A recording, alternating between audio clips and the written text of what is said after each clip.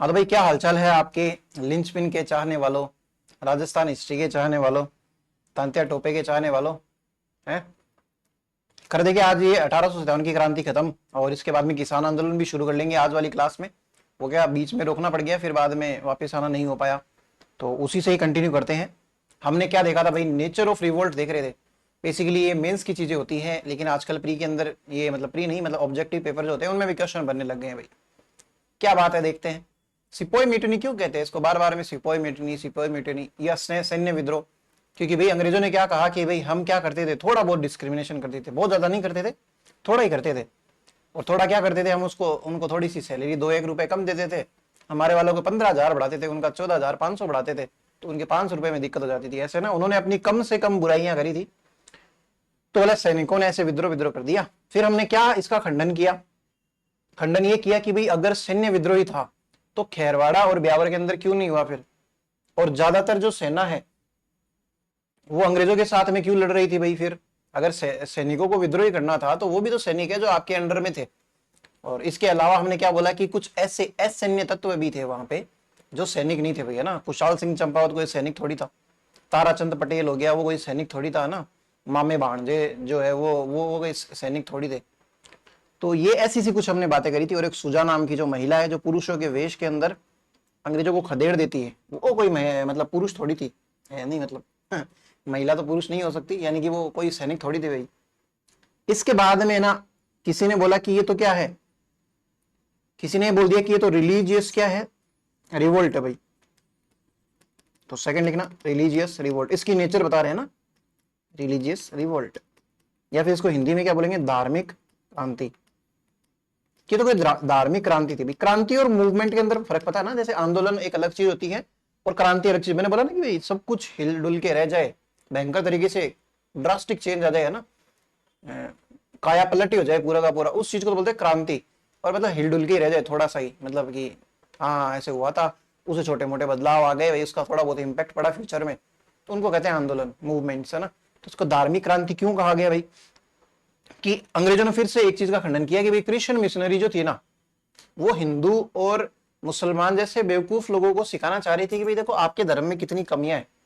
तो वो उनको ये, एक सेकंड रुकना भाई, आज पहले बता देता हूं, वो इनको ये सिखाना चाह रही कि भाई आपके धर्म के अंदर सही चीजें नहीं, देखो क्रिश्चियन धर्म कितना सही है, हिंदू मुस्लिम तो होते हैं बेवकूफ और क्रिश्चियन होते हैं समझदार, ये ऐसा उनका मानना था। लेकिन बोले कि उनको दोनों को नहीं समझ में आया, हम उनको अच्छी चीजें सिखाना चाह रहे थे, भगवान क्या है उसकी ट्रू सेंस समझाना चाह रहे थे, बट उनको उनको तो सेंटिमेंट हर्ट करने अपने बिना मतलब में फालतू में, तो वो हमसे थोड़ा सा बहुत नाराज थे और उन्हें थोड़ा बहुत रिवोल्ट कर दिया। ये ऐसी बात वो अंग्रेज करते हैं, ये दो खंडन देते हैं।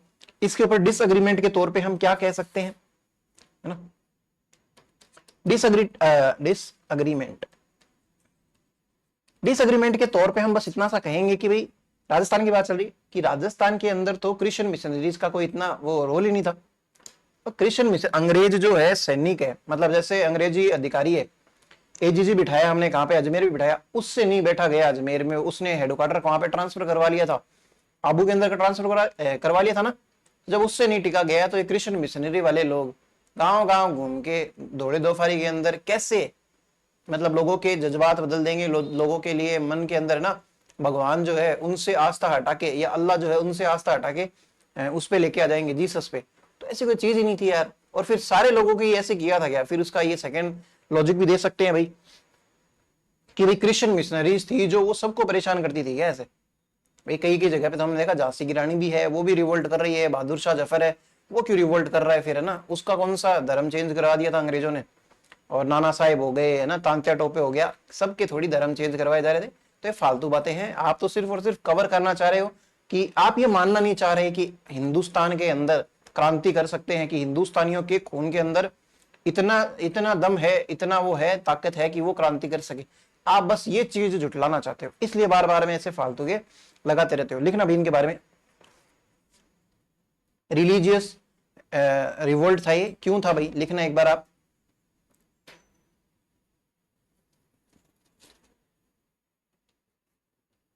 इसका सबसे पहला लॉजिक ये देते हैं कि लिखना, Christian missionary tried to make reforms in Hindu and Muslim religions, Hindu and Muslim religion, but Indians couldn't understand their courtesy होती ना, एक तरीके से एहसान नहीं समझ पाए हम उनका। हिंदी में लिख रहा हूं, ईसाई मिशनरी हिंदू तथा मुसलमानों में धार्मिक सुधार लाने का प्रयास कर रही थी, परंतु वे हमारी कृतज्ञता को समझ न सके। ठीक है, इसका डिसएग्रीमेंट कैसे लिखोगे आप? अच्छा ऐसे भी लिख लो भाई, तो उस वजह से उन्होंने क्या रिवोल्ट कर दिया, लिखना चाहो तो लिख लो वरना रहने दो। डिसएग्रीमेंट लिखना भाई, इसका डिसएग्रीमेंट लिखना, Christian missionary was not active in Rajasthan. और हिंदी में क्या लिख लेंगे? ईसाई मिशनरी राजस्थान में सक्रिय नहीं थी। इसके बाद में उनके ये नहीं पार पड़ी तो उन्होंने एक और तीसरा दे दिया पॉइंट कि भाई ये तो फ्यूडलिस्टिक रिवोल्ट है भाई, फ्यूडलिस्टिक रिवोल्ट, यानी कि ये सामंती विद्रोह था। ये तो सामंती विद्रोह या सामंती क्रांति समझ लो, कुछ भी समझ लो। ये कैसे था? उन्होंने क्या कहा कि भाई हमने क्या कर दिया था, अंग्रेज जो आए, जब हमने राजाओं से ट्रीटी करी, तब हमने ये फालतू वाली कड़ी जो है, एक सेकंड रुक जाओ भाई, कि ना हमने ये फालतू वाली कड़ी जो सामंत नाम की कड़ी है उसको बस हटाया था। उनसे उनकी दिक्कत हो गई भाई, वो जबरदस्ती का मैं धनी बन के बैठे थे, राजाओं ने उनको सर पे चढ़ा रखा था, हमने उनको हटा दिया तो उनकी मतलब ऐसे ना उनको बुरा लग गया, मिर्ची लग गई उनको, और उसके बाद में उन्होंने क्या हमारे अगेंस्ट विद्रोह कर दिया। वो नहीं चाहते थे कि भाई राजा जो है उसकी सुचारू रूप से बढ़िया तरीके से चले, अपना पक्ष तो बढ़िया रखा और फ्यूडल लॉर्ड्स को नीचा दिखा के बोल दिया कि भाई ये ना बिना मतलब की फालतू कड़ी थी, हम इनको हटा ही रहे थे, लेकिन ये जबरदस्ती क्या है, बिना मतलब के धनी बने रहे किसी चीज का और हमारे अगेंस्ट रिवोल्ट कर गए थे। आप लिखना, सामंत जब शक्ति विहीन हुए या सामंत जब शक्तिहीन हुए, तब उन्होंने अंग्रेजों के खिलाफ अपने अधिकारों की लड़ाई शुरू कर दी थी। When feudal lords were made powerless, they revolted for their rights against the Britishers. ये वाली चीज किसने बोल दी है? हिंदी में लिखना। अच्छा लिखा चुका मैं हिंदी में ना। डिसएग्रीमेंट कैसे लिखेंगे भाई? 5-7 एक नाम लिख लो, मंगल पांडे, पहले नाम लिखना, हिंदी वाले लिख लो एक बार, इंग्लिश वाले डटना। बहादुर शाह जफर,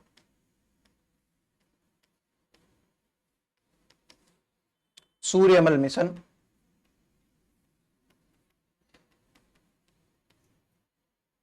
अमरचंद भाटिया,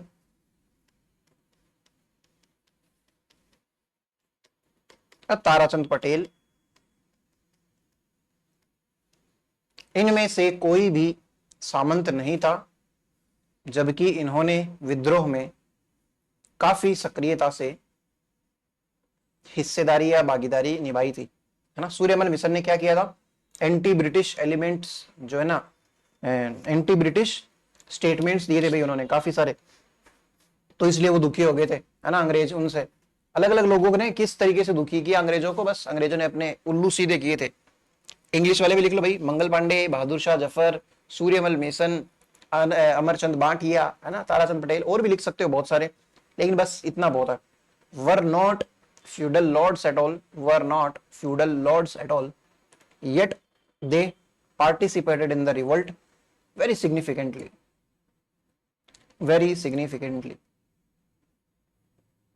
अब देखो, अब फाइनली हम एक्सेप्ट कर ही लेते हैं ये क्रांति क्या थी, जो चीज थी वो की वही मान लो ना यार, क्यों फालतू में नेतागिरी लगाते हो। It was a freedom struggle, यानी कि ये क्या था? स्वतंत्रता संग्राम ही था भाई। हम कोई ऐसे बावड़े थोड़ी हैं। क्या है भाई ये? स्वतंत्रता संग्राम। इसको प्रूव करेंगे भाई कैसे ये स्वतंत्रता संग्राम हमारे पास में है ना। तो आप लिखना, हिंदी में लिख लो स्वतंत्रता संग्राम की नेचर देख रहे हैं मैं ना 18 सितंबर की क्रांति का। इंग्लिश में लिख लो फ्रीडम स्ट्रगल।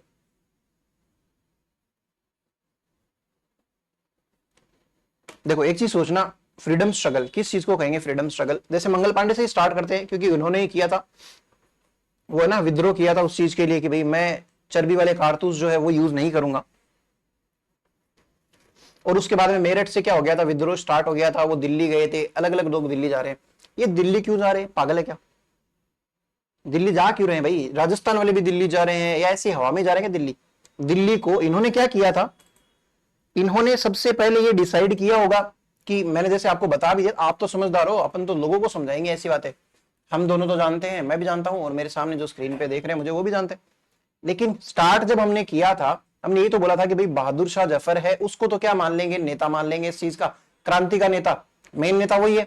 किस चीज की क्रांति का नेता? ताकि वो अंग्रेज तो यहां से चले जाए और वो राजगद्दी पे बैठे, दिल्ली पे शासन करे, पूरा का पूरा भारत हिंदुस्तान वो संभाले। यही तो चाहती है हमारी। इसके अंदर एक लाइन मैंने जो बोली, अंग्रेजों को बाहर निकालना। अंग्रेजों को बाहर निकालने से क्या हो जाएगा? अंग्रेज जो आपके ऊपर अधिकार जमाते हैं वो नहीं जमेंगे, और अगर आपके ऊपर कुछ ऐसे अधिकार हट जाए जो आप नहीं चाहते थे, इसका मतलब मैं कह सकता हूं कि आप स्वतंत्र हो गए हो। तो इस प्रकार से मैं कह सकता हूं कि हमारे जो इंटेंशन थे दिल्ली जाने के, दिल्ली जाने के इंटेंशंस वो सिर्फ और सिर्फ इतने थे क्योंकि हमने किसी को लीडर मान रखा था। किस चीज का? एक ऐसी क्रांति का जिससे हमें क्या मिलती? स्वतंत्रता। That means I can prove या फिर आई कैन से, है ना, हेंस प्रूव्ड इति सिद्धम, जो भी है, कि ये क्या थी, एक प्रकार की फ्रीडम स्ट्रगल थी, स्वतंत्रता संग्राम थी, और कोई उल्टी सीधी बात नहीं थी। अब इसको स्टार्ट किसने कर दिया? मंगल पांडे ने। अब वो तो वही बात हो गई, मान लेते हैं कि मैं भाई आपका टीचर हूं ना, मैं आपको चीजें पढ़ाता हूं, मेरे मन में वैसे पढ़ाता हूं, कभी एक क्लास ले ली, कभी दो क्लास ले ली, कभी है ना ऐसे एकदम सीरियसली पढ़ा दिया, कभी किसी को क्लास के अंदर डांट दिया, है ना, किसी को गाली गलौज कर दिया, मेरे हिसाब से मैं तानाशाह बन गया आपका, है ना, मार दिया, मुर्गा बना दिया, ये कर दिया, वो कर दिया, बदतमीजी कर ली किसी के साथ में, कैसे भी, किसी के मुंह पे चाय ढोल दी, किसी के पानी ढोल दिया। अब आप कितनी हरकतें सहोगे? और ऐसी की ऐसी हरकतें मैं स्टाफ मेंबर्स वालों के साथ में भी करता हूं। मान लेते हैं कि भाई मैं जो मैनेजमेंट संभालता है उसको भी कुछ ना कुछ कह देता हूं, मार देता हूं, थप्पड़े मार देता हूं। एक दिन क्या उसने मेरे वापस धर दी। अब उसने धरी तो साथ साथ में आप जितने भी लोग थे सारे के सारे ने मेरे धर दी। तो क्या मैं ये बोलूंगा कि भाई मैं स्टाफ मेंबर से मेरी लड़ाई थी, तो बस ये लड़ाई क्या है? स्टाफ मेंबर की और टीचर की लड़ाई है ना। हर वो इंसान, हर वो तबके का इंसान जो मेरे से दुखी था उसने मेरे से लड़ाई करी। भले ही वो स्टूडेंट था, भले ही वो स्टाफ मेंबर था, भले वो पार्किंग वाले एरिया के अंदर भाई साहब थे वो थे, या फिर कैंटीन वाला कोई था, या फिर कोई ना सफाई करने वाला था कोई, उसने भी मेरे पोचे की धर दी जोर से। पोचा था ना वो एकदम लंबा सा डंडा आता है और उसके बहुत सारे ऐसे लंबे लंबे बाल होते हैं, वेस्ट इंडीज वाले जैसे से, पर वो सफेद रंग के होते हैं। तो उसकी धर दी। सारे लोगों ने मेरे पे क्या निकाला है? एक प्रकार से अपनी खुन्नस। स्टार्ट किसी ने एक ने कर दिया तो इसका मतलब ये थोड़ी है कि भाई वो चीज है। जैसे मंगल पांडे का एक सैनिक है, तो मंगल पांडे ने अगर स्टार्ट कर दी तो ये कह दो कि सैन्य विद्रोह था ये, तो बस। हाँ, ये कह सकते हो कि स्टार्ट किया था उन्होंने, लेकिन एक्चुअली में सारे के सारे लोग भरे हुए थे, सबको स्वतंत्रता चाहिए थी, फालतू में कोई किसी के पराधीन। इवन हम ये भी देखते हैं कि माता पिता की भी जो हिदायतें होती है या उनके भी जो सजेशंस होते हैं, कई बच्चों को वो भी ऐसे क्या बोलते हैं उसको, मतलब खींचने लग जाते हैं, उनको रीस आती है ऐसी चीजों से कि भाई मेरे मम्मी पापा मुझे क्यों परेशान करते हैं, मैं मेरी लाइफ जीना चाहता हूं ना, मैं मेरे हिसाब से जीऊंगा मेरी जिंदगी। तो जब उनको अपने माता पिता की जो सलाह होती है वो ही ऐसे लगती है कि पराधीनता है, तो ये चीज तो लगेगी ना भाई। अंग्रेज उन पे अलग अलग राज चला रहे हैं अपने हिसाब से, कोई कर लगा देते हैं, कोई क्या तलवार बंदाई, टैक्स फलाने ढीकने, कई सी चीजें देखेंगे हम आगे भी। और क्या बोलते हैं उसको, सेना अपनी लगा दी, सेना चार्ज कर रहे हैं तो उनका भी पैसा बढ़ा दिया बार बार में, टाइम टू टाइम। तो इस हिसाब से मैं अगर कुल मिला के बात कहूं तो हम दुखी थे, हमने पीछा छुड़वाना था, बस बात खत्म। स्वतंत्रता संग्राम था भाई। इसके अगर आप कोई ऑब्जेक्शन दे सको तो दो, इसके कोई ऑब्जेक्शन नहीं थे तो बाद में फाइनली ये माना गया कि ये क्या है, एक फ्रीडम स्ट्रगल। तो आप इसके बारे में लिखना। देखो इतनी डिटेल में नहीं बताता और ये चीजें नहीं भी पढ़ाता तो भी चल तो जाता, देखो ठीक ठाक चल जाता, एक क्वेश्चन नहीं होता ज्यादा से ज्यादा। अगर एग्जाम में एक क्वेश्चन आ जाता, nature of revolt, result of revolt, failure of revolt, इन सब चीजों से एक ही क्वेश्चन आता, मतलब 1857 की क्रांति से मुश्किल से 2 या 3 क्वेश्चन आते हैं एग्जाम के अंदर, कई बार तो 2 ही आते हैं। और कई बार तो एक ही आता, बहुत रेयर होता है ऐसा, तो 2 क्वेश्चन तो आ जाते हैं। तो 2 क्वेश्चन अगर उसको बनाने, सारे के सारे ऐसी चीजों में से बनाएगा कि कारण, परिणाम और फेलियर, वो किसी के बारे में भी पूछेगा कि ना नीमच में विद्रोह कब हुआ था, चलो दिल्ली मारो फिरंगी किसका नारा था, तो वैसे में भी क्वेश्चन इन्वेस्ट करेगा। तो एक क्वेश्चन के चलते आप इतना सारा पढ़ो, वो भी चीज सही नहीं है ना एक तरीके से, अगर आपका माइंडसेट देखा जाए। लेकिन मैंने जो भी चीजें बताई है वो मैंने आपको प्रूव करी है। तो प्रूव करने से क्या होता है, एक प्रकार से आपके मन में एक स्टोरी बैठ गई। तो आप जब एग्जाम में बैठोगे ना, भले आपको ये चीजें याद नहीं रहे, लेकिन आप जब एग्जाम में बैठोगे तो आपको समझ में आएगी, हाँ यार ये लॉजिक तो सही बैठ रहा है कि ये स्वतंत्रता संग्राम था, ना कि कोई सैन्य विद्रोह या फिर कोई सिपोए, वो क्या बोलते हैं उसको, रिलीजियस मूवमेंट या फिर कोई ऐसी चीज नहीं थी। तो वो चीज है। और देखो किसी भी चीज को हल्के में नहीं लेना चाहिए। एक एक रन की कीमत, एक एक मिनट की कीमत और एक एक वो बोलते हैं ना दिन की कीमत, उनसे पूछिए जिनका नुकसान हो जाता है। किसी ने अगर ट्रेन छोड़ दी सिर्फ और सिर्फ 10 सेकंड की वजह से, तो उसको फर्क नहीं पड़ता है कि ट्रेन का टाइम 10 बजे था 9 बजे था, उसको वो 10 सेकंड है ना ऐसे लगेंगे यार मेरी जिंदगी में 10 सेकंड में अगर मैं लेट नहीं होता तो ये नहीं होता, वो नहीं होता। ठीक है। अगर वही सिमरन जो है, उसका बाप जो है, उसका हाथ जो थोड़ी थोड़ी सी और देर छोड़ता, ऐसा वो पड़ जाती भागती भागती ऐसे ना, दांत तुड़वा देती, लेकिन उसके ट्रेन नहीं आता थी।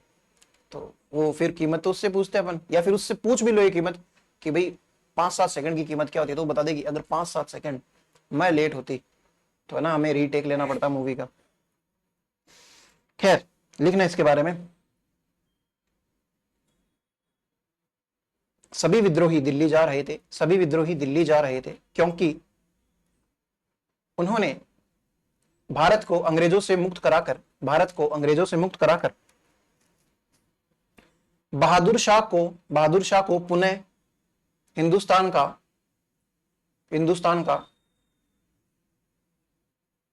बादशाह बनाना चाहते थे। All the rebels were trying to march towards Delhi. All the rebels were trying to march towards Delhi because they had wanted to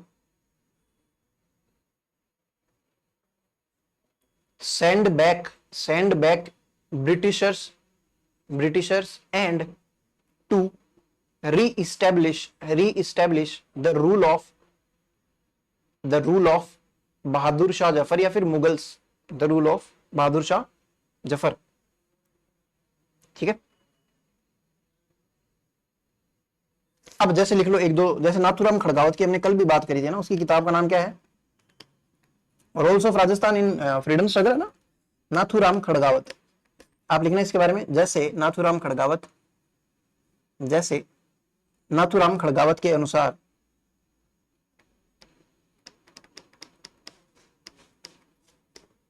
according to Nathuram Khadgawat, rebels had sympathy for Bahadur Shah Jafar and Nana Sahib। जैसे नाथूराम खड़गावत के अनुसार विद्रोहियों के मन में बहादुर शाह जफर तथा नाना साहेब के लिए सहानुभूति थी। फिर एक नाम और देखा था हमने, आईटी प्रिचार्ड। ये आईटी प्रिचार्ड जो है नसीराबाद के अंदर एक ऑफिसर था भाई, नसीराबाद छावनी के अंदर, ये भी लिख लो, नसीराबाद के अंदर था भाई। इसके अनुसार प्रारंभ में यह एक सैन्य विद्रोह था, परंतु बाद में यह राष्ट्रीय स्वतंत्रता संग्राम में परिवर्तित हो गया। समझ में आ रही बात, ये क्या कहना चाह रहा है? ये कम से कम इसकी बात मुझे सबसे ज्यादा ठीक लगी कि यहाँ कह सकते हो कि स्टार्ट तो किसने किया, सैनिकों ने। वो रैप्टा तो सबसे पहले उसने मारा था भाई, है ना, मैनेजर ने मारा था, मैनेजमेंट वाले ने। बाद में सारे के सारे टूट पड़े थे ना गुरुजी पे। तो कई ऐसे, एक तो होता है गुरु, एक होता है गुरु। इसमें क्या फर्क होता है पता क्या? कई ऐसे छेड़ने के लिए बोलते थे, हमारे छोटे थे तब, गुरुजी, उनको पता नहीं था बेचारे बच्चों को ना। अब भाई बच्चे हैं, उनको प्रोनाउंसिएशन नहीं आता था, तो गुरुजी करते थे ना। तो टीचर जो है, हमारे गुरु जो है, वो थोड़ा सा परेशान हो जाते थे। एक सेकंड रुको। तो एक लड़का था, मेरे को उसका नाम तो नहीं याद आ रहा, माणक चंद नाम था, मेरा क्लासमेट था, 6th क्लास की ये बात है। एकदम ऐसे काला सा लड़का था एकदम, मेरे को थोड़ा सा शक्ल तो जरूर याद है लेकिन नाम नहीं याद आ रहा। माणक चंद था या पता नहीं क्या था, वो ये बोलता था जरूर, उसकी आदत थी गुरु जी करता, और ये रियल घटना है। हमारे इंग्लिश के टीचर ने काफी दिन तो उसको इग्नोर किया, भाई तू मतलब थोड़ा सा सुधार, तेरे बोली का लहजा ये करता है वो करता है। फिर एक दिन सर को गुस्सा आ गया, सर ने उसके 2 तो रैप्टे धरे पहले तो। फिर बोलता तेरे को बेवकूफ पता है क्या नालायक कि गरु का मतलब क्या होता है, गुरु जी करते होता है। एक तो तू गरु बोल रहा है, गरु का मतलब होता है गधा, ऊपर से तू मेरे जीव लगा रहा है ना तो गुरु जी बोल रहा है तू, शर्म नहीं आती तेरे को? गुरु जी होता है, क्या होता है गुरु जी? तो भाई उसके 2 रैप्टे पड़े थे, तब जाके हम सीख गए थे कि भाई सबक एक को और सीख सबको। खैर हम तो नहीं बोलते थे ऐसे गुरु जी गुरु जी। मैं थोड़ा सा इंग्लिश का मेरे को ऐसे वो रहता था, पसंद थी भाई इंग्लिश मेरे को हमेशा से। बचपन में मेरे इंग्लिश में तो बढ़िया मार्क्स आते थे, और बाकी सब्जेक्ट्स में बस फेल होते होते बचता था। तो किसी और दिन बात करेंगे तो, लेकिन मैं तो अंग्रेजी में ज्यादातर बोलता सर मैडम सर ऐसे करते थे। क्या लिखवा दिया मैंने आपको, है ना? आईटी प्रिचार्ड वाली बात है ना, initially it was a sepoy mutiny and later on it became, अच्छा हिंदी वालों को लिखाया था। आईटी प्रिचार्ड के अनुसार शुरुआत में यह एक सैन्य विद्रोह था, परंतु अंततः यह एक राष्ट्रीय स्वतंत्रता संग्राम में बदल गया। IT according to IT Prichard it was a sepoy mutiny initially, गदर है ना, म्यूटिनी का मतलब विद्रोह गदर, sepoy mutiny initially, but later on it transformed into national freedom movement या नेशनल फ्रीडम स्ट्रगल। अब एक दो छोटी छोटी बातें और करते भाई। देखो मैं अब ना ज्यादा टाइम नहीं लगाऊंगा आपका फालतू में। वाई नसीराबाद, राजस्थान के अंदर नसीराबाद से क्रांति क्यों शुरू हुई? अब भाई कैसे होगी भाई, जिस जगह एक कहीं ना कहीं से तो होनी थी, ये कह सकते हैं। इस चीज के लिए तो सबसे बढ़िया लॉजिक यही है ना। तो क्या बोलते हैं उसको, राजस्थान में नसीराबाद से क्रांति क्यों शुरू हुई थी, उसके कुछ कारण हैं जो शहर रीजन के अंदर पूछे जाते हैं। आप प्लीज मेरी किसी भी बात को हल्के में ना लेना, जो भी चीजें यहाँ पे आपको बताई जाती है फालतू की एक भी नहीं है, और काम की सारी है। मैं तो कहूँ किसी आरएस के स्टूडेंट को बैठा दो, वो भी पढ़ लेगा बहुत बढ़िया से, और वो भी ये नहीं कह पाएगा कि भाई मेरे साथ में नुकसान हो गया।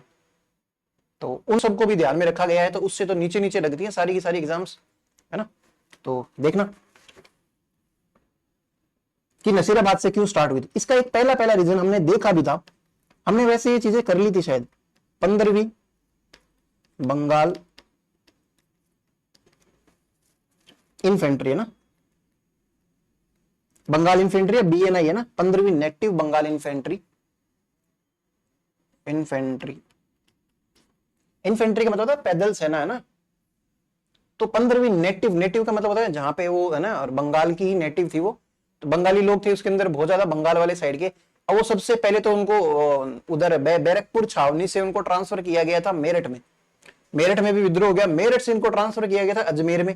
अजमेर में जब इनको ट्रांसफर किया गया था तो एजीजी कौन था उस टाइम पे, जॉर्ज पैट्रिक लॉरेंस। उसको लग गया था भाई साहब अगर इनको थोड़ा सा भी मौका मिल गया तो ये लक्षण छोड़ देंगे, अजमेर के अंदर जितने भी सारे लोग बैठे उनका, जितने भी अंग्रेज बैठे ना, और सारे को सारों को भगा देंगे यहाँ से। और अजमेर पे अगर कब्जा कर लिया तो भाई सारे के सारे शासक किसके साथ में हो जाएंगे, रिबेल्स के साथ में होना ही पड़ेगा भाई, उनके पास में बहुत गोला बारूद है।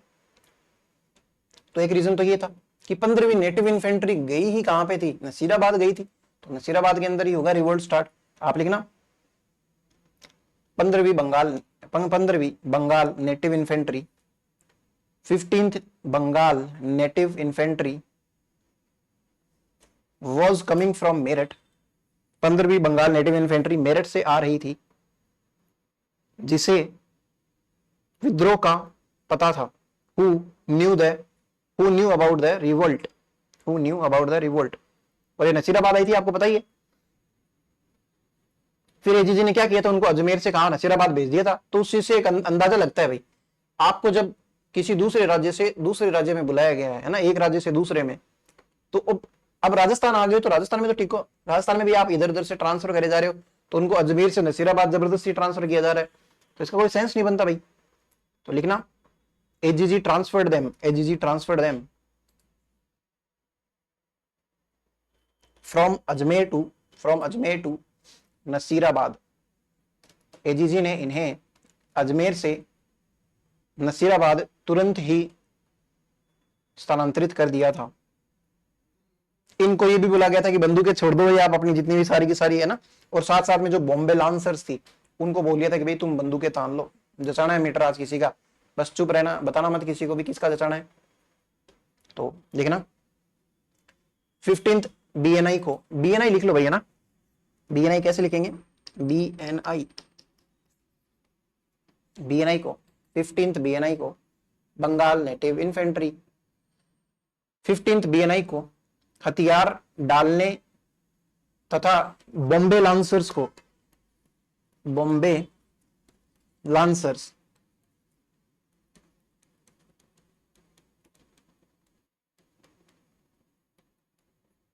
बॉम्बे लांसर्स को हथियार तानने के लिए कहा था। इसलिए भाई अब जिस इंसान को ये लग जाता ना कि भाई मेरे पे हमला होगा, वो इंसान क्या सोचता है कि यार हमले को मैं रिटेलिएट तो करूं कम से कम, या मैं इनको मार के मैं बच के भाग जाऊं, अपनी जान ही बचाएगा वो, है ना। ये तो नॉर्मल ह्यूमन बिहेवियर भी भाई।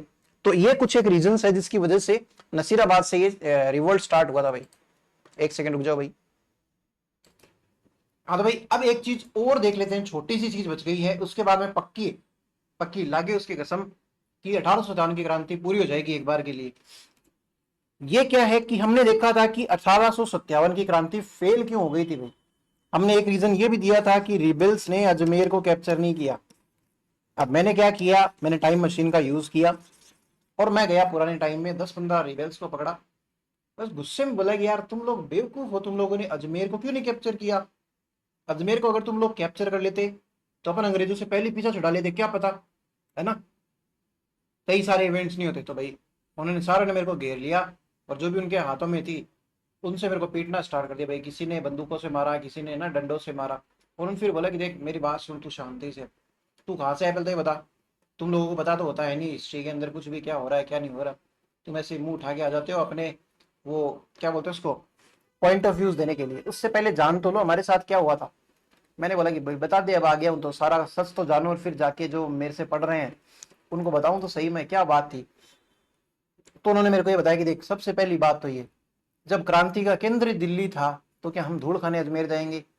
भाई दिल्ली तो जाए कम से कम, पहले वहां पे जाके हाजिरी तो बजाए कि हाँ हम भी तुम्हारे साथ में बहादुर शाह जफर, और फिर तू अब मुझे ऑर्डर दे कि हमें अब कहाँ जाना है। उसके बाद में हम अजमेर भी चले जाते, वो कहता तो हम पाकिस्तान चले जाते जो कि बना भी नहीं था उस टाइम पे। वो कहता तो हम गोवा के अंदर चले जाते चिल करने के लिए। वो मुझे जो बोलता हम तो वो मानते। ऐसे कैसे अपने हिसाब से अजमेर कैप्चर कर ले भाई। वो एरिनपुरा वाले होंगे बावड़े जो क्या कहाँ चले गए थे, खुशहाल सिंह चंपावत के साथ में चले गए थे, जबकि जाना उनको दिल्ली चाहिए था। तो एक तो ये रीजन दिया तो भाई मेरे को थोड़ा सा मेरा गुस्सा शांत हुआ। फिर उसके बाद में उन्होंने दूसरा रीजन ये दिया कि देखो हमारे पैरों में तो लगी हुई है, साथ में हमारे बीवी बच्चे हैं, और हम ना नसीराबाद से भी धन लूट लाट के आए हैं। जिधर जिधर से वो रिबेल्स हैं उनको मैंने देखा कि उनके पास में पैसा भी खूब सारा है, और देखो ये मेरा छोटा सा बच्चा है। अब तुम्हें क्या लगता है अंग्रेज जो है मेरे पट्टी थोड़ी करेंगे मेरे पैर के लगी हुई उसके, है ना, पट्टी थोड़ी करेंगे उसके, मलहम थोड़ी लगाएंगे, प्यार से थोड़ी पुचकारेंगे आओ जवाई जी। वो तो सीधा डांटेंगे ना, मतलब बंदी बना लेंगे। तो भाई दूसरा रीजन ये था। फिर तो भाई मेरी तो आंखें खुल गई, मेरे को ऐसे सत्य का ज्ञान हुआ कि भाई अपने जोश जोश में टाइम मशीन बना ली, है ना, इन्वेंशन कर दिया ऐसा, सिर्फ एक ऐसी चीज के लिए जो मुझे गलत पता थी। फिर तीसरा रीजन उन्होंने ये दिया कि भाई आपको लगता है ना अजमेर आसान, तो जाओ आप करके आ जाओ, एक चक्कर मार के आओ अजमेर का। तो फिर मैंने चक्कर मारा ना अजमेर का, तो मैंने वहां पे देखा कि भाई साहब वहां पे अंग्रेजों का इतना विशाल अड्डा है, इतनी तो वहां पे सेनाएं खड़ी थी। जैसे ही ये क्रांति हुई थी ना, वहां पे ब्यावर से एक बटालियन बुला रही थी, मेरवाड़ा बटालियन। मेरवाड़ा बटालियन को बुला के एकदम बढ़िया से वो लगा दिया वहां पे। अंग्रेजों को उनसे भी डर लगता था क्योंकि उसके अंदर भी हिंदुस्तानी सैनिक थे। तो उन्होंने क्या किया, डीसा नाम की जगह गुजरात के अंदर, हमने पढ़ा था ना, कौन सी ऐसी नदी है जिसके किनारे डीसा शहर बसा हुआ, बता सकते हो क्या। साबरमती नदी है क्या, या कौन सी है ऐसी कोई नदी है क्या। डीसा शहर से गुजरात से उन्होंने अपनी ही दिखने वाली चमड़ी के लोगों को बुला लिया, उसका नाम था यूरोपियन बटालियन। इस बटालियन के अंदर खाली अंग्रेज लोग थे। तो अंग्रेजों को तो मेरवाड़ा बटालियन से भी डर लगता था, हालांकि मेरवाड़ा बटालियन ने कुछ किया नहीं था, अंग्रेजों का ही साथ दिया था, अजमेर को प्रोटेक्ट किया था। मैं तो देख के एकदम से डर गया, और मेरे को फिर मेरी आंखें खुली तो मेरे को ऐसे विश्वास हुआ कि हाँ भाई हम पढ़ा तो देते हैं कि भाई क्रांति के फेल होने का कारण क्या है, अजमेर को कैप्चर नहीं किया, रीजन हमने कुछ देखे नहीं उसके। तो आपको पता चल गया मैं कितनी मेहनत करके तुम्हारे लिए सारे के सारे सही रीजन खोज के लाया हूं। लिखना भाई, पहला रीजन लिखना, पहला, क्रांति का मुख्य केंद्र दिल्ली था, क्रांति का मुख्य केंद्र दिल्ली था। पर सही में गया था, मैं झूठ नहीं बोल रहा, टाइम मशीन है मेरे पास। क्रांति का मुख्य केंद्र दिल्ली था। The main centre of revolt was Delhi, so that rebels wanted to take permission from the leader, या फिर फ्रॉम बहादुर शाह जफर। क्रांति का केंद्र दिल्ली था, तो विद्रोही विद्रोही दिल्ली जाकर क्रांति के आज्ञा आज्ञा का पालन करना चाहते थे, वे ऑर्डर्स मानना चाहते थे, सीधी सी बात है। दूसरा लिखना, rebels had injured soldiers, women and children, comma लगाना, children and looted money, LOOT, लूट जो होता है ना, इंग्लिश वर्ड है भाई, लूटेड मनी, भाई उधर थोड़ी जाएंगे इतना सारा मतलब जोखिम लेके। तीसरा रीजन लिखना, हिंदी में भी लिख लो भाई, विद्रोहियों के पास घायल सैनिक, महिलाएं, बच्चे तथा लूटा हुआ धन था जिसे अजमेर नहीं ले जाया जा सकता था, which can't be brought या फिर taken to अजमेर। तीसरा, अजमेर पर कब्जा करना इतना आसान भी नहीं था, क्योंकि वहां पर मेरवाड़ा बटालियन ब्यावर से आई थी भैया ना, तथा डीसा गुजरात से आई हुई, गुजरात है ना, गुजरात से आई हुई यूरोपियन बटालियन भी थी, अतः किले को भेदना लगभग नामुमकिन था। It was not easy to capture Ajmer. It was not that easy to capture Ajmer because there were huge armies deployed। अब लिख लेना इसके बारे में, एक तो थी Merwara battalion from Beawar and European battalion from Deesa Gujarat. तो ये सारे के सारे रीजन थे जिसकी वजह से क्रांति अजमेर से शुरू नहीं हो सकती है। अब फिर मेरे ऐसे हो गया कि अब मेरे पास टाइम मशीन तो है, थोड़े दिन रहते हैं भाई उधर ही, तो मैं कुछ एक साल वहां पे रहा, अंग्रेजों ने अच्छे से क्रांति दबाई थी, मैंने तांत्या टोपे को भी आते जाते देखा था, है ना, मैंने भी उसमें पार्टिसिपेट किया था, शंकरदान सामोर का जो कथन है ना, तगड़ो लड़ियो तांतियो, तो मैंने भी सुना था और मैंने भी गाया था। उसके बाद में कुछ एक टाइम बाद में ना एक नए मोड़ आ जाते हैं राजस्थान के इस आधुनिक इतिहास के अंदर, और क्रांतियां, मैंने बताया था ना कि इसके रिजल्ट क्या निकले, मध्यम वर्ग का विकास होना, है ना, एजुकेशन की वजह से, और साथ साथ में क्या हो गया कि वो अलग अलग वो जो क्रांति होगी, किसान आंदोलन होंगे, उनका भी उदय होगा, प्रजामंडल आंदोलन, एकीकरण, इस हिसाब से आधुनिक राजस्थान का भी निर्माण होगा। ऐसी सारी की सारी चीजें हम आगे पढ़ेंगे। अब आप हेडिंग लगाना नए पन्ने से ना, बिना कंजूसी के। मेरा एक दोस्त था नजाकत, वो कभी भी जिंदगी में ये क्लास नहीं देखेगा मुझे पता है, इसलिए मैं नाम ले रहा हूँ। वो क्या करता था, जैसे ऐसे लाइन होती है ना भाई एक कॉपी के अंदर, ये रफली अपन समझ सकते हैं कि ये लाइन है ना, नॉर्मल लाइन है, इतनी मोटी तो नहीं होती होगी ना, इनके बीच में स्पेस कम होता है। तो उसका लिखने का तरीका कैसे होता था, यहाँ पे लिखता था किसान आंदोलन, इतना सा लिख दिया, उसको पता है कि हाँ यहाँ पे किसान आंदोलन, फिर उसके बाद में बिजोलिया, ऐसे किसान आंदोलन, ऐसे करके इसको जितना पतले से पतला भरेगा, फिर इसी लाइन में दूसरी लाइन और ये लग, कोशिश करता था तीसरे में भी एक और लाइन घुस जाए, नहीं घुसती है तो भाई एक में कम से कम दो लाइनें, और इतना छोटा छोटा लिखता था भाई साहब, हमारी क्लास के अंदर हमारे पन्ने भर जाते थे, 3-3 4-4, उसका उसी पन्ने में चल रहा है ये। तो नए पन्ने से भाई हेडिंग डाल लो, किसान आंदोलन, किसान आंदोलन।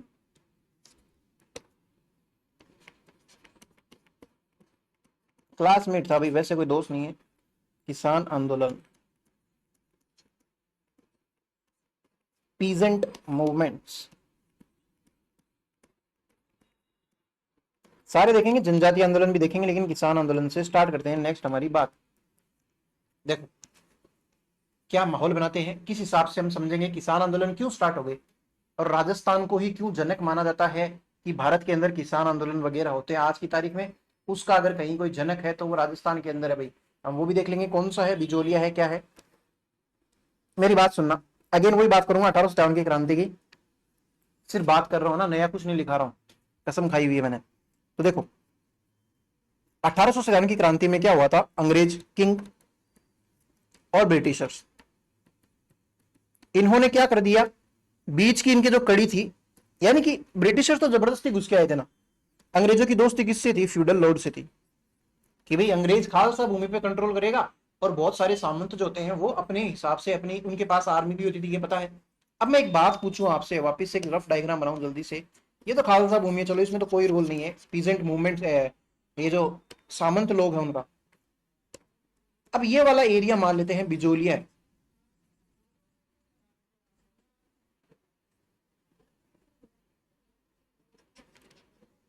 ठीक है।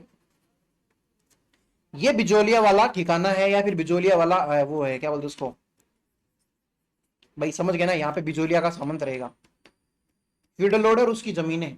अब ये फ्यूडल लॉर्ड को राजा ने क्या बोला हुआ था हमेशा से, कि भाई मैं तो खालसा भूमि संभालता हूं, तू ये मेरी वाली भूमियां संभाल, ये तेरी ही है, तू यहाँ से टैक्स वगैरह कलेक्ट कर, एक तरीके से तू राज कर यहाँ पे, है ना। तो होता क्या था, टाइम टू टाइम, पीढ़ी दर पीढ़ी, फिर वो जमीनें क्या परमानेंटली किसकी हो जाती थी, फ्यूडल लॉर्ड्स की हो जाती थी। अब अंग्रेज आए, अंग्रेजों ने फ्यूडल लॉर्ड्स को शक्ति विहीन तो कर दिया, कर दो भाई कोई दिक्कत नहीं है, लेकिन क्या सामंत का जो ऐसे होता है ना दबदबा है वो कम कर दोगे क्या किसी एरिया में, या उसकी जितनी भी जमीनें हैं वो छीन लोगे क्या। अगर जबरदस्ती जमीनें छीनोगे तो फिर से कोई ना कोई वो होंगे, क्या बोलते हैं उसको, दंगे फसाद होंगे, अंग्रेज ऐसा चाहते नहीं है। अंग्रेजों को बहुत भारी नुकसान, सबसे बड़ा तो ये हुआ कि 1857 की क्रांति हुई थी ना, उसके बाद में ईस्ट इंडिया कंपनी का तो यहाँ से नामो निशान मिट गया था, बोरिया बिस्तर बांध के उनको घर भेज दिया था। उसके बाद में डायरेक्ट क्या है, ब्रिटिश क्राउन का है उसका कंट्रोल रहता था। तो अंग्रेजों को यह पता है कि अगेन अगर ऐसा कुछ हो गया, सामंतों से अगर पंगा लिया, तो इस बार फिर से, पिछली बार तो चलो क्या हुआ था, स्वतंत्रता संग्राम हुआ था, इस बार क्या होगा, सामंती संग्राम होगा, या फिर सामंती विद्रोह हो जाएगा सही में। तो सामंतों से वैसे दिक्कत नहीं है, पंगा नहीं ले सकते, और सामंत में भी पैसा है उनके पास में, तो वो क्या कर सकते हैं, सैनिक खरीद नहीं सकते क्या, महाराजा का गला रेत दे, क्या पता, क्या भरोसा, पैसे दे के किसी को खिला के, तो उनसे पंगा नहीं लिया जा सकता भाई। अगर उनसे पंगा नहीं लिया जा सकता तो राजाओं को क्या करना पड़ा था, सामंत तो उन्होंने रिजेक्ट कर दिए थे भाई कि सामंतों से हमारा कोई वास्ता नहीं है भाई, लेकिन उसकी जो भी जमीनें हैं अब भाई उस पर कंट्रोल किसका रहेगा, सामंत का रहेगा। अब आम जनता कहाँ जाए भाई, मान लो मैं यहाँ का एक बहुत ही गरीब सा किसान, इस एरिया में यहाँ पे मैं रह रहा हूँ, ये किसी सामंत के अंडर में आता है, मैं मेरी जमीनें छोड़ के कहाँ जाऊं भाई, है ना, पट्टा तो मेरा सामंतों के पास में पड़ा है भाई। पहली बात तो इनको बेच नहीं सकता, दूसरी बात दूसरी जगह पे जाऊंगा तो मेरे को रखेगा कौन, बहुत सारी जमीन कौन देगा खेती करने के लिए, और क्या पता वहां वाला सामंत भी मेरे पे जोर चलाए, जनता तो नहीं जा सकती ना। तो जनता का क्या होता था, शोषण। शोषण कैसे होगा भाई, ब्रिटिशर्स ने क्या कहा, अंग्रेजों को क्या कहा, ये समझना। ब्रिटिशर्स ने अंग्रेजों को कहा कि भाई हम आपकी इतनी प्रोटेक्शन करते हैं, देखो ना इस बार फिर से सेना में मतलब बहुत सारा रिक्रूटमेंट कर लिया यार, समझो ना राजा जी आपको पैसे देने पड़ेंगे। राजा क्या करता था, प्रजा के ऊपर, जो खालसा भूमि वाली प्रजा है उसके ऊपर बहुत ज्यादा टैक्स लगाता था। अब जगह तो राजा की है ना, टेरिटरी तो राजा की है, सामंत भी क्या कर लेगा इतना ज्यादा, तो सामंत वाले एरिया के अंदर भी राजा क्या लगाता था, टैक्स लगाता था। सामंत से अगर कुछ लेगा राजा तो सामंत क्या करते थे, प्रजा को, मतलब प्रजा का शोषण करते थे, और प्रजा को भी डायरेक्टली इसको देना पड़ता है भाई, किसको, राजा को। डायरेक्ट भी दो, सामंत से भी दो, है ना, देते जाओ जिंदगी खराब हो जाए, तो वो वाली चीज है। अब और ज्यादा मार बढ़ गई भाई, अब और ज्यादा जरूरत पड़ गई, लेकिन क्या फायदा क्या हो पता है क्या, हमने जस्ट अभी एक 1857 की क्रांति करी हुई है, बहुत बड़ी क्रांति हुई है, जगह जगह पे बच्चों बच्चों को पता है। तो हम एक चीज सीख गए हैं कि अगर हमारे हितों का हनन हो रहा है, हम पे जोर लगाया जा रहा है, हमें दबाव बना के हमें स्लेव बनाया जा रहा है, किसी के गुलाम बनाया जा रहा है, तो हम क्या करेंगे, विद्रोह करेंगे। ये चीज सीख गए, बस खून लगना चाहिए शेर के मुंह के, उसके बाद में तो भाई साहब शेर जो है चीर फाड़ ही करता है अपने शिकार की। तो वो चीजें स्टार्ट हो जाएगी यहाँ पे। अब आप लिखना इसके बारे में एक इंट्रोडक्शन लिखना भाई, पीजेंट मूवमेंट्स के बारे में। भाई राजा ने सामंतों को शक्ति विहीन कर दिया, लेकिन जमीनें थोड़ी ना छीन लेंगी उनसे, जमीनें तो राजाओं के इनके पास में ही रह गई। सामंतों के शक्ति विहीन होने के बावजूद भी सामंतों के शक्ति विहीन हो जाने के बावजूद भी जमीनें तो फिर भी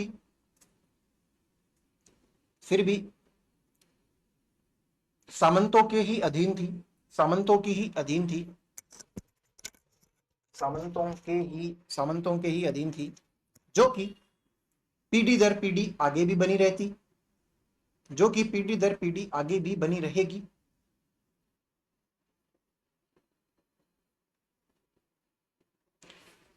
अतः अतः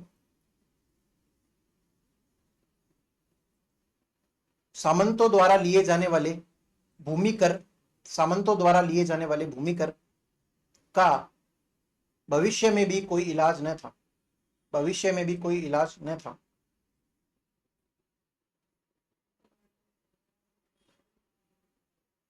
और तो और राजा भी प्रजा व सामंतों से अनेक कर लिया करते थे तथा सामंत उन करों का भार भी प्रजा पर डाल देता था। भाई ये एक स्टोरी सी लिख दी ना आपने, तो आपके दिमाग में रही कि कड़ी कैसे जुड़ी है। इंग्लिश में लिखना भाई। After the 1857 revolt, feudal lords, although feudal lords became powerless, but they were still the owner of their lands, एक सेकेंड। हाँ भाई, हम क्या लिख रहे थे? They were still the owner of the lands, and it had to pass on generation to generation inevitably। अब ये ना, ये ग्रामर ये इसके चक्कर में होता ना, inevitably यानी कि अटल है भाई ये बात, जनरेशन टू जनरेशन ट्रांसफर होगी, अटल है ये बात। And all the taxes which were collected related to lands by the feudal lords remained as it is,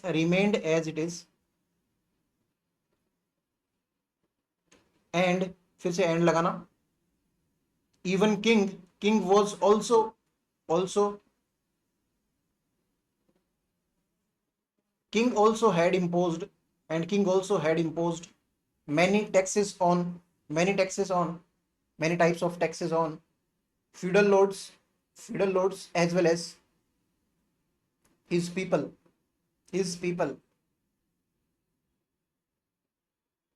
overall all the burden was ultimately transferred onto the common people। जन सामान्य परेशान कर रहे हैं भाई। इसमें अब आप हेडिंग लगाना, सबसे पहला किसान आंदोलन देखेंगे जिसका नाम है बिजोलिया किसान आंदोलन। भाई देखने को तो फ्यूडल लॉर्ड्स पावरलेस हो गए भाई, जमीनें थोड़ी छीन लोगे। अब आप फ्यूडल लॉर्ड के पास में जाके खड़ा हो जाओ और ऐसे बोलने जाओ भाई तेरी तो औकात ही क्या है, तेरे को तो राजा ने सारी की सारी पावर छीन ली, तेरी सेना छीन ली। वो बोलेगा जमीन है मेरे पास में, ज्यादा करेगा ना तो जमीन सीज कर लूंगा तेरी। तो भाई ज्यादा कर नहीं सकते थे उनके सामने आप।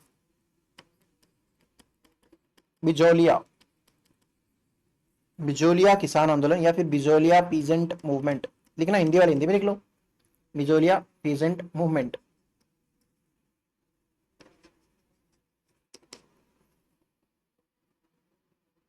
बातें करेगा भाई बिजोलिया की, एक सेकंड रुक जाओ यार।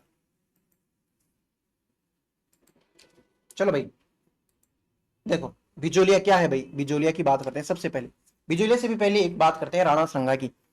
अब मान लेते हैं कि राणा संगा जो है कहाँ के राजा है? मेवाड़ के राजा भाई, छोटी मोटी चीज थोड़ी। राणा संगा, राणा संग्राम सिंह मेरे वन ऑफ द फेवरेट्स। जब अपन पढ़ते हैं ना राजा, जब अपन पढ़ेंगे इतिहास पढ़ेंगे, तब मेरे सबसे 3 खास फेवरेट है। तो राणा सांगा सबसे ज्यादा मुझे पसंद है। एक मुझे पसंद है मालदेव, है ना, मारवाड़ का राजा मालदेव। और मुझको एक ठीक ठाक लगते हैं कुंभा, तीसरे नंबर पे मान लो भले, लेकिन फर्स्ट नंबर पे सांगा है मारवाड़ से, सॉरी मेवाड़ से। और मारवाड़ से अगर मुझे सबसे बेस्ट अगर कोई लगता है तो वो लगता है मालदेव। ये दो मेरे फेवरेट नहीं। मालदेव फिर भी ना पितृहंता भी रहता है भाई, अपने पिता को मार के वो उसकी थोड़ी सी ज्यादा जल्दी रहती है भाई, पापा तुम कब सल्टोगे, इससे ज्यादा मैं आपको सल्टा के राजा बन जाता हूँ ना, वो चीज है। तो सांगा है मान लेते हैं ना। सांगा जिस भी भूमि पे राज कर रहा है वो उसकी खालसा भूमि है भाई। ये राणा सांगा की क्या है, खालसा भूमि है। इसके अंदर तो डायरेक्ट किसका कंट्रोल है, राणा सांगा का। इसके अलावा जो भी जगह जमीनें बच गई वो क्या है, राणा सांगा की ही है वैसे तो, लेकिन सामंत को दे रखी है, सामंत उस पर राज करते हैं, अपने हिसाब से टैक्स वगैरह कलेक्ट करते हैं। अब उनमें से एक जगह है, इधर मान लेते हैं जैसे ये जो एरिया है पूरा का पूरा, ये है ऊपर माल का पठार। क्या है, ऊपर माल का पठार। एरिया का नाम है ऊपर माल का पठार, है ना। तो ऊपर माल की ये क्या है, जागीर है। जागीर किसको बोलते हैं, किसी जगह को बोल देते हैं ना कि ये इस चीज की जागीर मुझे दी गई है ना, ऊपर माल जागीर है ये।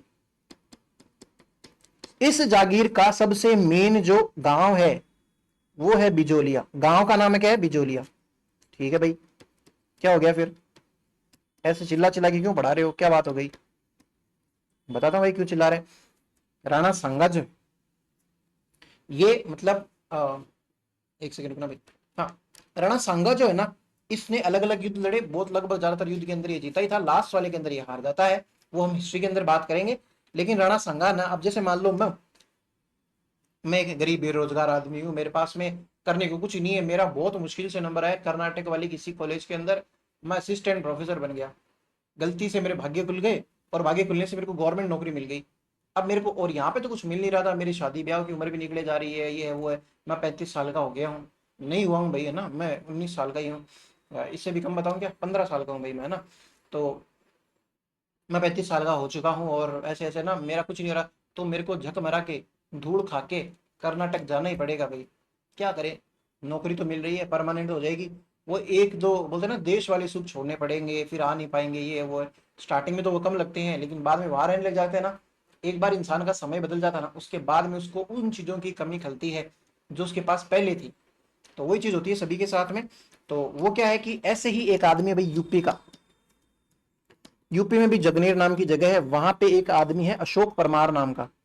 क्या नाम भाई तेरा, अशोक, आगे क्या लगाता है भाई तू, परमार, अच्छा, यानी कि राजपूत है।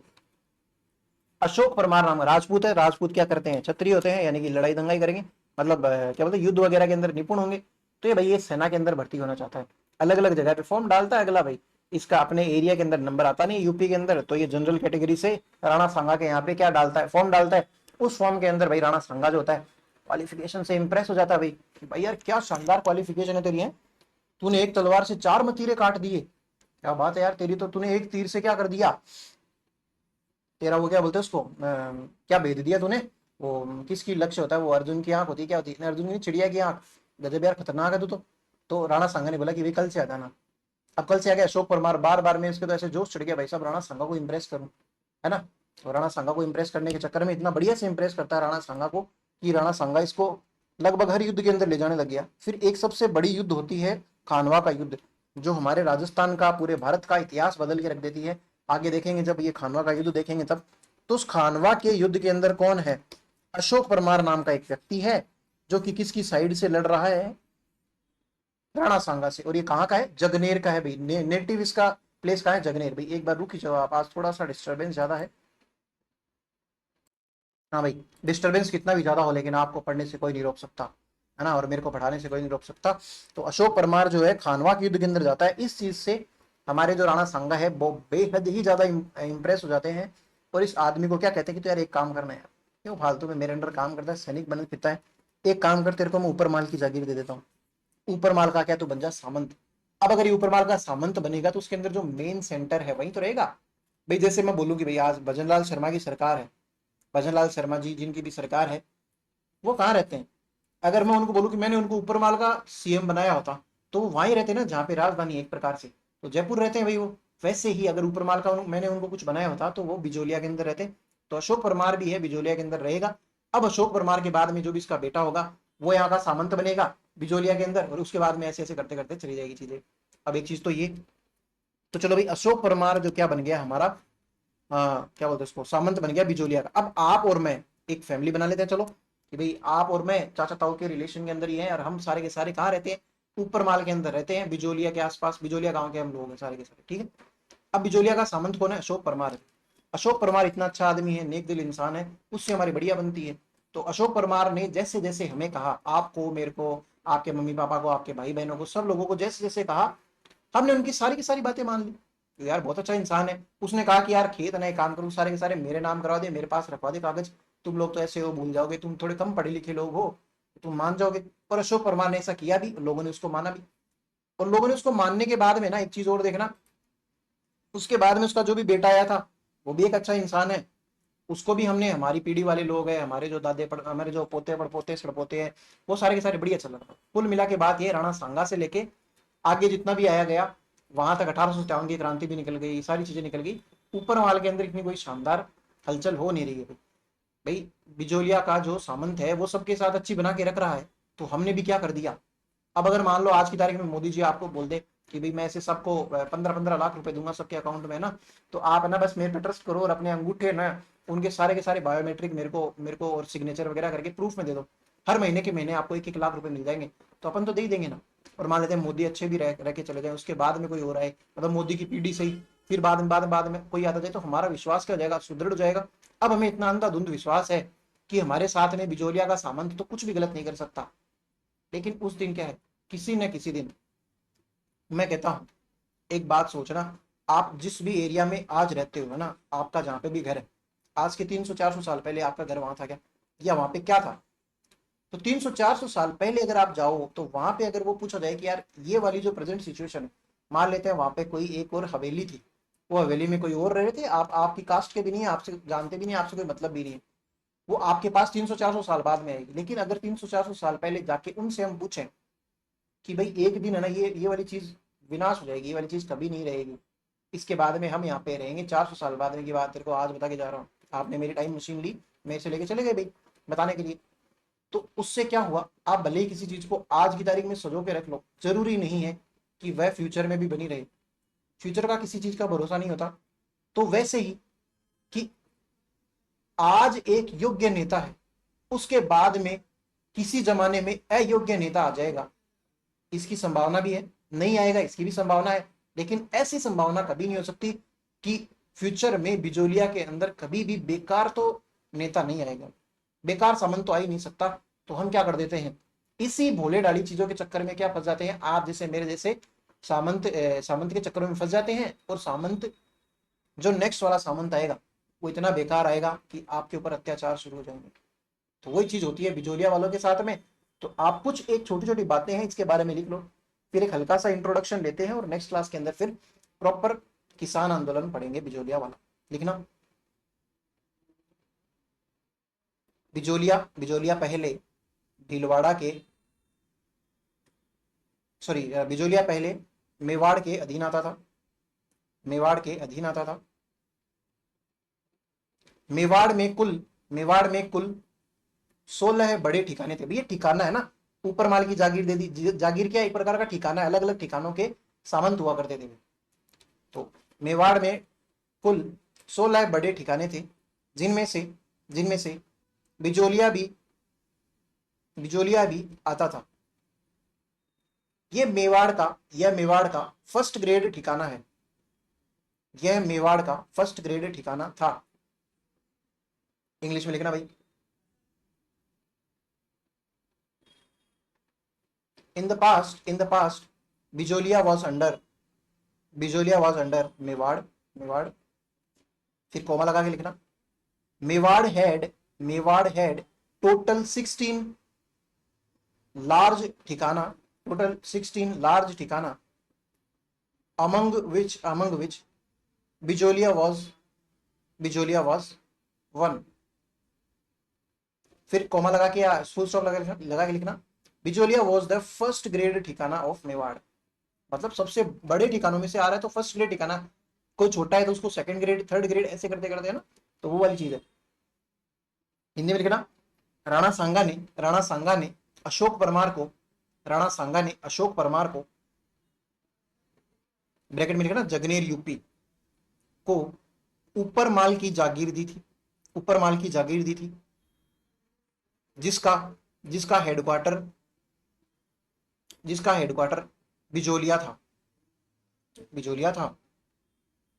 Ashok Parmar, sorry, Rana Sanga gave Rana Sanga gave the Upar Mal jagir to Ashok Parmar of Jagner UP,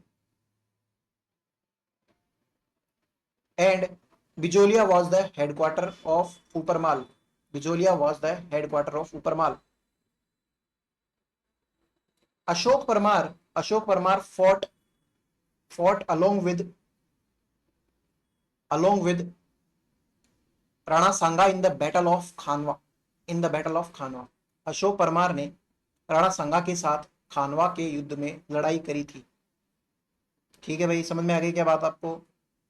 ये सिंपल सा एक इंट्रोडक्शन है किसका, किसान आंदोलन का, और बिजोलिया के अंदर क्या होगा आगे उनकी बातें हम नेक्स्ट क्लास के अंदर करेंगे। आज के लिए इतना बहुत है समझने के लिए, नेक्स्ट क्लास के अंदर मिलेंगे। तब तक अपना ध्यान रखिए, अपनी तबीयत बनाए रखिए, बढ़िया बढ़िया खाइए। मजे आ गए होंगे भैया आपको तो, क्लास का समय खत्म हो गया। धन्यवाद।